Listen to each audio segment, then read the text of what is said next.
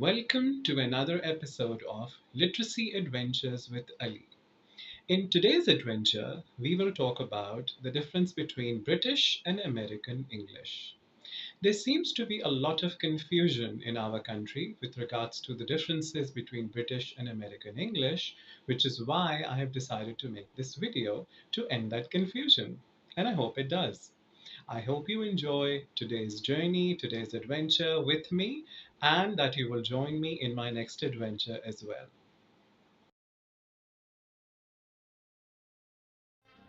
You say either, and I say either. You say neither, and I say neither. Either, neither, neither.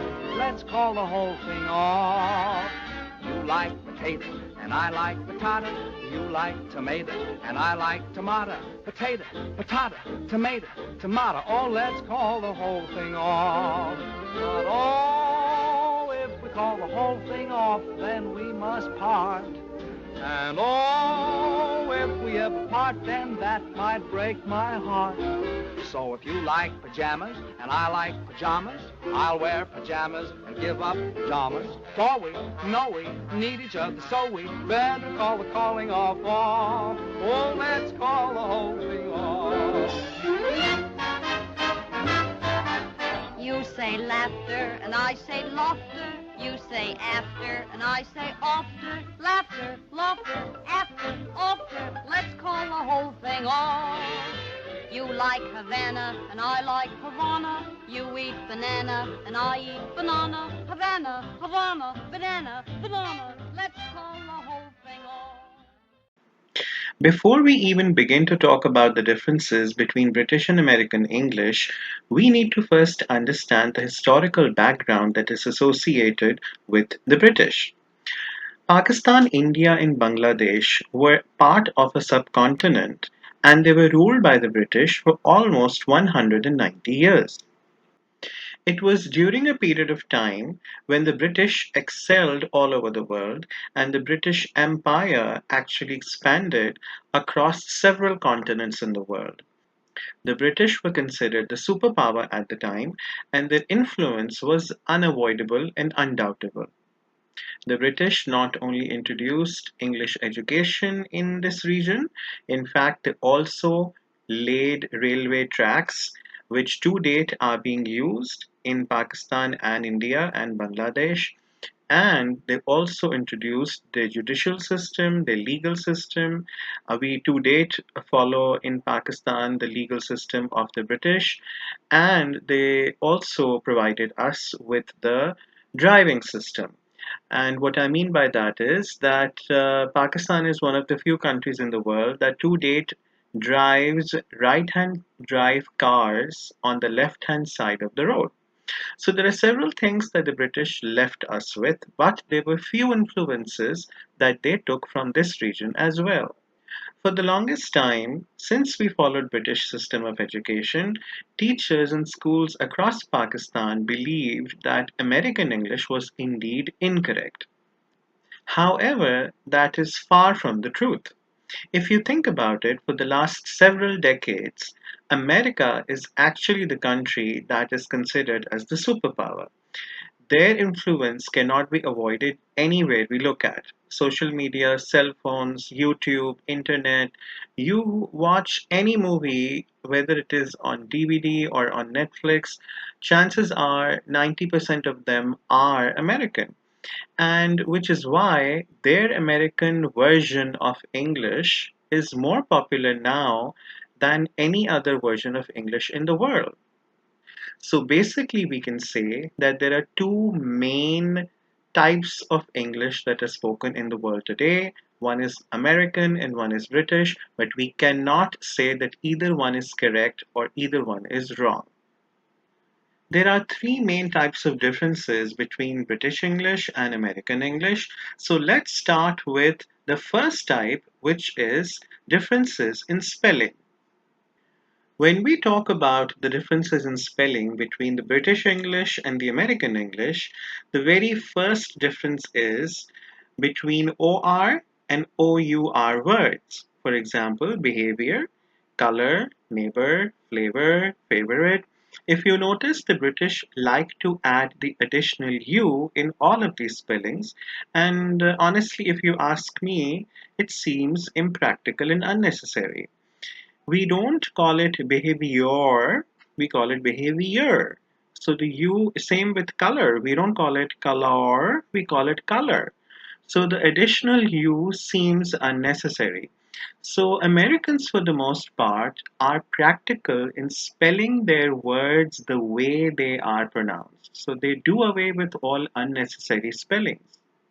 Take a look at the other type of spelling differences, which are between ZE and SE. To begin with, the Americans don't call it a Z, they call it a Z. In any case, analyze, apologize, realize all have a Z sound. None of these words has an S sound. We don't say analyze, we don't say an apologize, we say apologize and realize. So it makes more sense to spell them with a Z instead of an S. More differences between spelling lie where words end in a vowel plus L. For example, traveled, traveler, modeling, counseling. All of these words are pronounced exactly the same way, even with the additional L or with a single L. There is no need to add an additional L in any of these words, but the British like to do so. However, the Americans, to save space, they do not add the additional L and the pronunciation is not lost. It's still pronounced the same way. Take a look at the other difference, which is between ER and RE.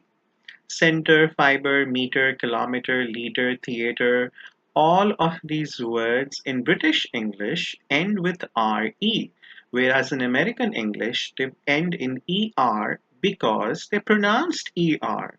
We don't say centre, we don't say fibre, we don't say metre, we say center, fiber, and meter. So it makes more sense to actually spell them ER the way they are pronounced rather than RE the way they are not pronounced.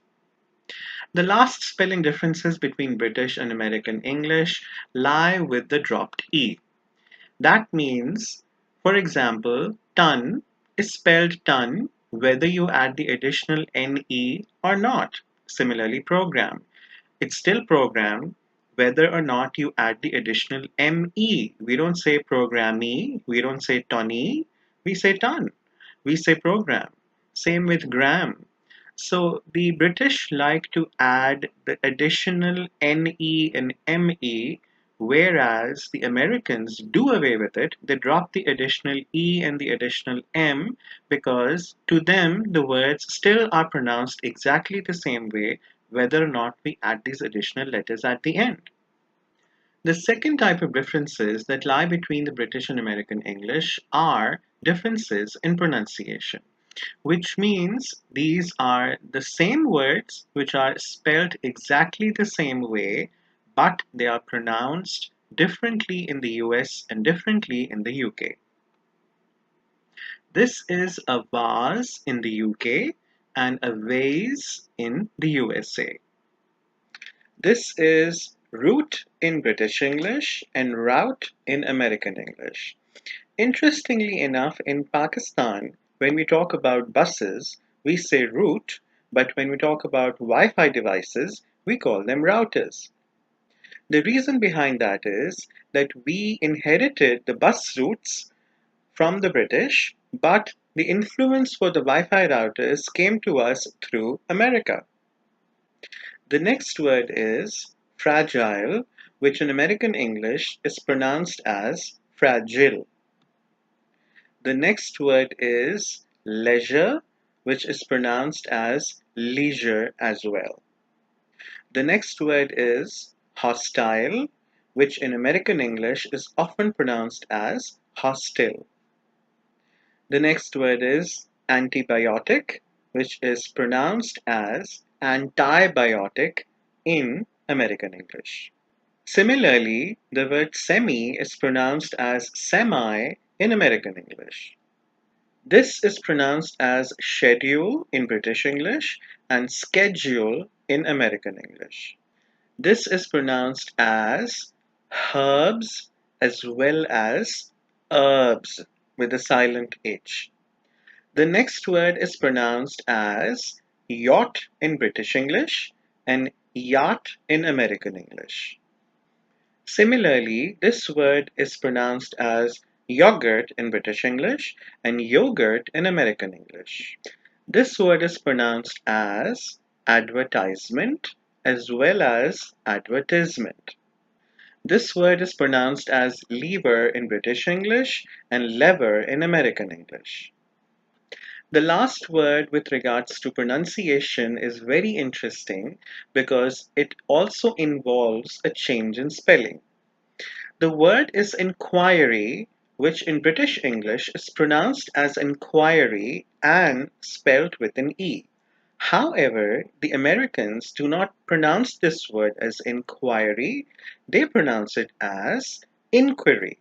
And because they pronounce it as inquiry, they spell it with an I because it makes more sense to pronounce a word that is called inquiry with an I. The last type of difference between British and American English is in vocabulary. And by vocabulary, I mean there are two names for the same thing in different countries because of differences in culture.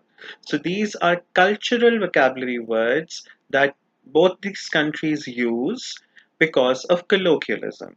So it has nothing to do with the language, it has more to do with differences in culture. So the same thing has two different names.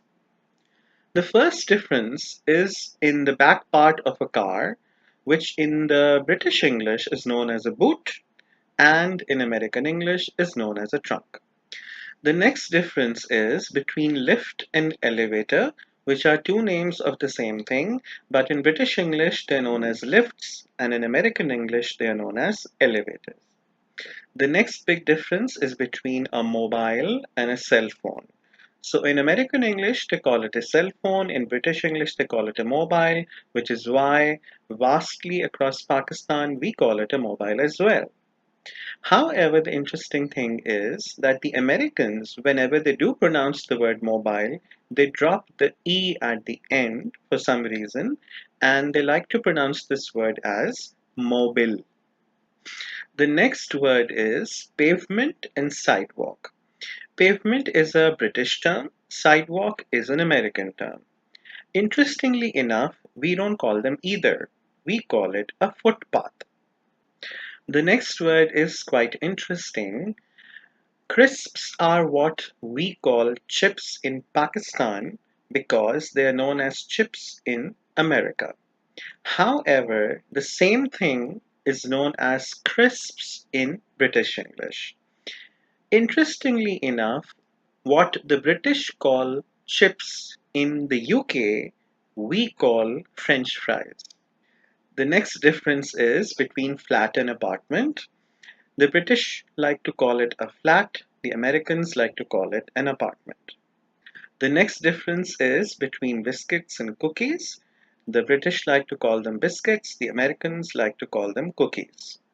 The next difference is between torch and flashlight. The Americans like to call it a flashlight, the British like to call it a torch. However, in American English, a torch is also a flame at the end of a stick, very much like the ones carried in the Olympics. The next difference is between a lorry and a truck, two names for the same thing. However, interestingly enough, they were referred to as lorries in Pakistan up until the 1970s, but after that, because of American influence, today we only refer to them as trucks. However, to date, truck stations in Pakistan are referred to as lorry addas. The term lorry, of course, has transpired into lari over the course of time, which people think is either the name of a place or an Urdu word, but it's actually a derivation of the actual word lorry. The next difference is between petrol and gasoline. The Americans like to call it a gasoline, which is why they call their petrol pumps gas stations, because gas is short for gasoline. They don't sell gas in America at petrol pumps at all. In the UK, they call it petrol, and which is why they call petrol pumps, and we call them petrol pumps as well. The next difference is between a taxi and a cab. Taxi is a British term, and interestingly enough, if you think about it, in the UK, most taxis are in black color. Whereas in America, the word cab is used for a taxi, and most cabs in America are yellow in color. If you think about it, to date, the black taxis that run in Karachi or across Pakistan, we refer to them as taxis, and the ones that are yellow in color, we refer to them as cabs. The reason for that is that up until the late 80s, we only had black taxis in Pakistan. However, in 1990, the then Prime Minister announced a scheme of yellow cabs, and because they were yellow, he had to call them cabs. So the term yellow cabs entered Pakistan, and since then, we refer to both black and yellow individually. The last difference is between a garden and a yard. A yard is a terminology used in America, and garden is a term used in Britain. However, in Pakistan, we usually refer to it as lawn. Thank you for joining me in today's adventure. If you liked this video, then please subscribe and like and hit the notification bell. If you want to know more about me, then please check out my bio in the About section of my channel. If you want to contact me for conducting training sessions, then please send me an email at the email address shown on the screen.